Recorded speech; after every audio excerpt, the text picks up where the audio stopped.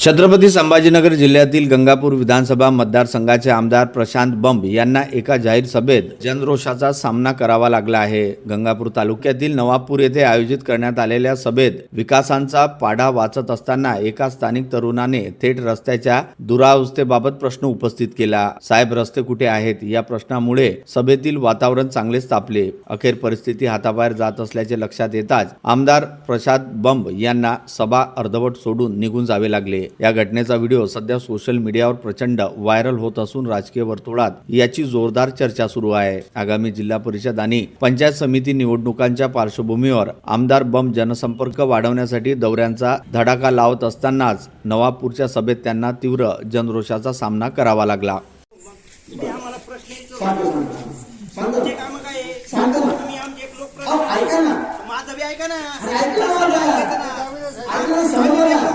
आमच्या मतदानावर तुम्ही निवडून येता हे मान्य आहे सगळ्या गोष्टी।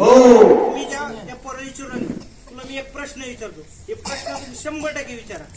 जर आमच्या गावात सुविधा जर असत्या, आम्ही गावात राहिलो असतो, खेडेगावामध्ये आम्ही कुठे गेलो असतो, तुमच्यापेक्षा वर गेलो असतो कुठेतरी, आम्हाला काही अडचण नाही। तुम्ही जसे कुठल्या तरी घरातून राजकारण करताल तसे आम्ही बी करू शकतो, त्याचा काही विषय नाही। तुमचा प्रश्न तुम्ही काय, तुम्ही आमदार होऊन किती दिवस झाले? 16 वर्ष तुमची चौथी टर्म आहे।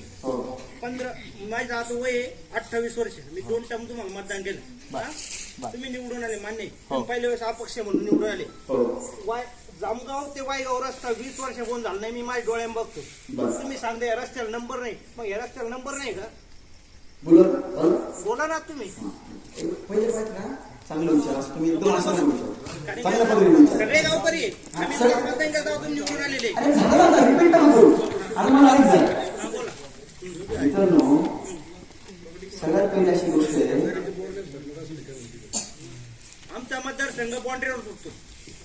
तिकडून वैजापूर येतो, बोरणार सर जितके काम आहे वैजापूर तालुक्यामध्ये आमच्या शिवापर्यंत रस्ता येईल बगडीचा डांबरी, आम्हाला रोज त्या रस्त्यानं दगड तुडीत जावं लागेल।